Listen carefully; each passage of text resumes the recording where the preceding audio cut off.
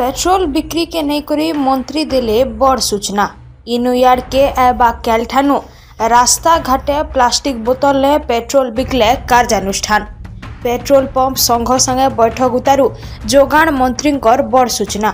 जोगाण मंत्री कृष्णचंद्र पात्र कहिछन बाहर बिक्री हेले चढ़ाऊ करी कार्यानुष्ठान हेबा।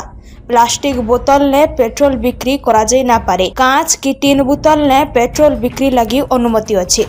कैलठानु भिन्न भिन्न पेट्रोल पंप ने जांच हेबा बोली कहिछन कृष्णचंद्र पात्र। खुला जगह मानकु पेट्रोल देबार लगी अग्निकांड और दूसरा घटना माने घटुतबार कारण नु ई पदक्षेप निया जायछि।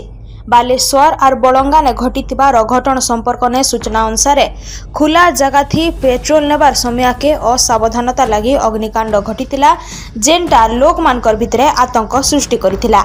ई घटना माने पेट्रोल पंप कर्मचारी और ग्राहक मानकर सुरक्षा प्रति प्रश्न उठैथिला। सेथिर लगी इताके अटकाबार लगी एसोसिएशन ई कड़ा नियम लागू करबार के निष्पत्ति नेइछे बोली गलाकेल ओडिशा पेट्रोलियम डीलर्स एसोसिएशन रो राज्य सभापति शशांक शेखर साहू कहिथिले।